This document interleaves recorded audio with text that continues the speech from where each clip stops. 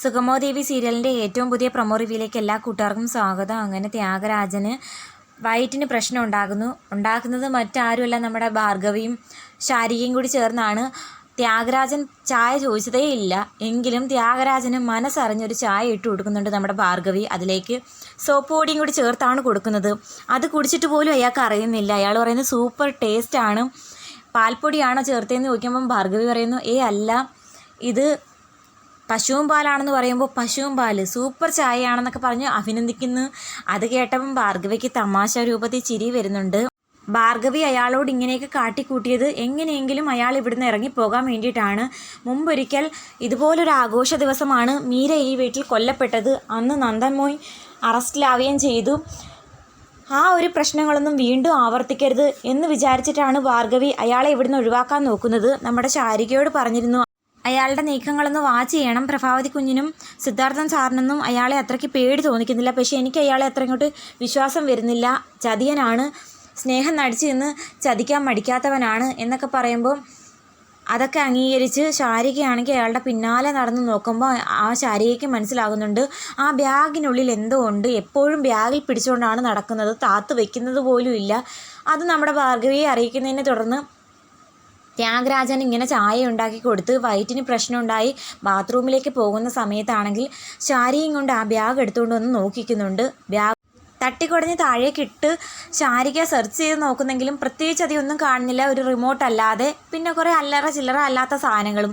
അന്നേരം ഭാർഗവി ഓടി വന്ന് ചോദിക്കുന്നുണ്ട്, എന്താ മോളെ ആ ബാഗിനുള്ളിൽ വല്ല കത്തിയോ തോക്കോ വല്ലതും ഉണ്ടോ? അതൊന്നുമില്ല ആൻറ്റി, അതിലൊരു റിമോട്ട് മാത്രമേ ഉള്ളൂ.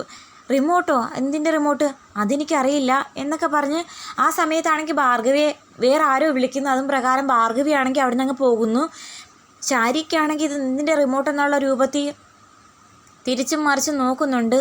അതേസമയം സിദ്ധാർത്ഥൻ നന്ദനോടും പ്രഭാവതിയോടും പറയുന്നുണ്ട്, ആളുകളെല്ലാം ചോദിച്ചു തുടങ്ങി ദേവിക എന്താ ഇതുവരെ വരാഞ്ഞെന്ന്, ഒന്ന് വിളിച്ചു നോക്കാഞ്ഞ് എന്താ നന്ദാന്ന് ചോദിക്കുമ്പോൾ നന്ദൻ പറയുന്നുണ്ട്, ഞാൻ ഒരുപാട് തവണ വിളിച്ചിരുന്നു, ഫോൺ സ്വിച്ച് ഓഫ് എന്നാണ് പറയുന്നത്, ഇതുവരെ അങ്ങനെ ഒരു സംഭവം ഉണ്ടായിട്ടില്ല, ഫോൺ ഫുൾ ചാർജ് ആക്കിയിട്ടാണ് ഇന്നും അയാൾ പോയത്, എന്ത് പറ്റിയെന്ന് എനിക്കറിയില്ല എന്ന് പറയുമ്പോൾ പ്രഭാവതി പറയുന്നുണ്ട്, ഇത്രയും നേരമായിട്ട് കാണുന്നില്ലെന്നുണ്ടെങ്കിൽ നമുക്ക് പോലീസിനെ അറിയിക്കണ്ടേ, ഇനി എന്തെങ്കിലും അപകടം പറ്റുമെന്ന് ആർക്കറിയാം, ശത്രുക്കളും കാണും പിടിച്ചുകൊണ്ട് പോയതായിരിക്കുമോ, ശത്രുക്കളെന്ന് പറയാൻ ത്യാഗരാജൻ ഇവിടെ ഇല്ലയോ എന്ന് സിദ്ധാർത്ഥൻ ചോദിക്കുമ്പം പ്രഭാവതി പറയുന്നുണ്ട്, അയാളെ വിശ്വസിക്കാനൊന്നും കൊള്ളത്തില്ല, നമ്മുടെ കൂടെ നിന്ന് ഏതെങ്കിലും ഗുണ്ടകളെ കൊണ്ട് ദേവികയെ തട്ടിക്കൊണ്ടു പോകാനും കാണാമെന്നോ പ്ലാനെന്ന് ആർക്കറിയാം, ഇനി ഇങ്ങനെ കാത്തു നിൽക്കുന്നത് മണ്ടത്തരായി, നമുക്ക് എങ്ങനെയെങ്കിലും തിരക്കണം എന്നൊക്കെ പറയുന്ന ആ സമയത്താണെങ്കിൽ നമ്മുടെ ശാരികയ്ക്കാണെങ്കിൽ ഈ റിമോട്ടൊന്ന് ഞെക്കി നോക്കാനായിട്ട് തോന്നുന്നുണ്ട്.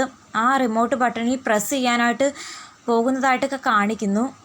അതേസമയം ദേവികയാണെങ്കിൽ അരുന്ധതിയുടെ വീട്ടിൽ പൊട്ടിക്കരഞ്ഞുകൊണ്ട് നിൽക്കുന്നുണ്ട്. കാരണം വീട്ടിൽ ഫംഗ്ഷൻ തുടങ്ങിക്കാണും, എല്ലാവരും എന്നെ തിരക്കി കാണും, നന്ദൻ ഒരുപാട് തവണ എന്നെ വിളിച്ചിട്ടുണ്ടാകാം, അവർക്കൊക്കെ എന്ത് തോന്നി, എല്ലാവർക്കും എന്നോട് ദേഷ്യമായി കാണും, എല്ലാ പ്രശ്നങ്ങളും ഒരുവിധം അവസാനിച്ച് ഒന്ന് സന്തോഷിക്കാൻ തുടങ്ങി ആ സമയത്ത് ഞാൻ കാരണം എല്ലാവർക്കും സങ്കടം ഉണ്ടാകുമോ എന്നൊക്കെ ആലോചിച്ച് പൊട്ടിക്കരയുന്നുണ്ട്. അതേസമയമാണെങ്കിൽ അരുന്ധതിയാണെങ്കിൽ ജിൻസിയെ വിളിച്ച് ചോദിക്കുന്നുണ്ട്, ദേവികയെ പലതവണ വിളിച്ചെങ്കിലും കോൾ കിട്ടുന്നില്ല, അവളുടെ ഫോണിന് എന്ത് പറ്റി, അവൾ പോയോ, നീ എവിടെ നിൽക്കുന്നു എന്നൊക്കെ ചോദിക്കുമ്പം ജിൻസി പറയുന്നുണ്ട്, ഞാൻ എൻ്റെ വീട്ടിലും ദേവിക അരുന്ധതി മേഡത്തിൻ്റെ വീട്ടിലുമാണ്, നിന്നോട് ആര് പറഞ്ഞ് വീട്ടിലേക്ക് വരാൻ, ദേവികയല്ലല്ലോ ഋഷിയുടെ കാര്യം നോക്കാൻ ഞാൻ ഏൽപ്പിച്ചിരിക്കുന്നത് എന്നൊക്കെ ചോദിക്കുമ്പം ജിൻസി പറയുന്നുണ്ട്, ദേവിക ഫുഡ് കൊടുത്തെങ്കിലേ അവൻ കഴിക്കൂ, മരുന്ന് കൊടുത്തെങ്കിലേ കഴിക്കൂ, എന്നെക്കായും അവന് കൂടുതൽ കാര്യം ദേവികയോടാണ്, അതുകൊണ്ടാണ് ഞാൻ അവളെ അവിടെ നിർത്തിയിട്ട് വന്നത്.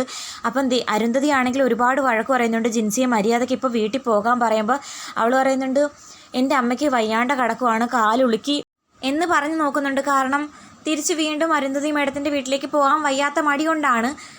അരുന്ധതി എന്നിട്ടും പറയുന്നുണ്ട്, പറ്റത്തില്ല, ഇപ്പം തന്നെ നീ വീട്ടിൽ പോകണമെന്ന് പറയുമ്പോൾ റേഞ്ച് ഇല്ലാത്ത കണക്ക് ആക്ട് ചെയ്ത് ഫോണങ്ങ് കട്ട് ചെയ്യുന്നുണ്ട്. എന്നിട്ട് മനസ്സിൽ പറയുന്നുണ്ട്, പിന്നെയും ഞാൻ അങ്ങോട്ടേക്ക് പോകാൻ നടന്നത് തന്നെ എന്നൊക്കെ പറയുന്നു. അതേസമയം ഒരു നിവൃത്തിയില്ലാഞ്ഞിട്ട് അരുന്ധതി തന്നെ നേരെ വീട്ടിലേക്ക് വരാൻ പോകുന്നു. അതായത് ദേവിയെ കൂട്ടി എത്രയും പെട്ടെന്ന് ചന്ദ്രോത്ത് തറവാട്ടിൽ എത്തിക്കണമെന്നാണ് അവരുടെ ഉദ്ദേശം. എന്തൊക്കെ പറഞ്ഞാലും ദേവിക തൻ്റെ മകന് വേണ്ടിയും തനിക്ക് വേണ്ടിയിട്ടും ഒരുപാട് ഹെൽപ്പ് ചെയ്യുന്ന ഒരു പെൺകുട്ടിയാണ്. അത് അറിഞ്ഞു വെച്ചിട്ടും അവളെ വിഷമിപ്പിക്കുന്നത് ശരിയല്ല എന്നുള്ളൊരു മനസാക്ഷിയെങ്കിലും പ്രഭാവതിയുടെ ശത്രുവായ അരുന്ധതിക്ക് തോന്നുന്നുണ്ട്. എന്നാൽ അതുപോലും ജിൻസിക്ക് തോന്നുന്നില്ല. ജിൻസി ഒരു പ്രത്യേക ടൈപ്പാണെന്നാണ് ഇപ്പോൾ കാണിക്കുന്നത്. ജിൻസി ഫോട്ടോ വരെ എടുത്തു വെച്ചിട്ടുണ്ട്. നാളെ ഒരു സമയത്ത് ദേവിയേക്ക് തിരിച്ചടി കൊടുക്കാൻ വേണ്ടിയിട്ട് തന്നെയാണ് അങ്ങനെ എടുത്തു വച്ചിരിക്കുന്നത് തന്നെ.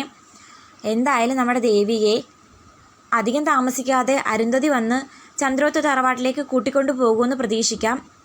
ശാരിക എന്തായാലും റിമോട്ട് പ്രസ് ചെയ്യുമോ ഇല്ലയോ എന്ന് കാത്തിരുന്ന് കാണേണ്ട കാര്യമാണ്. അഥവാ അങ്ങനെ റിമോട്ട് പ്രസ് ചെയ്തിട്ടുണ്ടെങ്കിൽ ഇതുവരെ നേടിയെടുത്ത എല്ലാ സൗഭാഗ്യങ്ങളും അത്രയും ആൾക്കാരും എല്ലാവരും തകർന്ന് തരിപ്പണമാകും.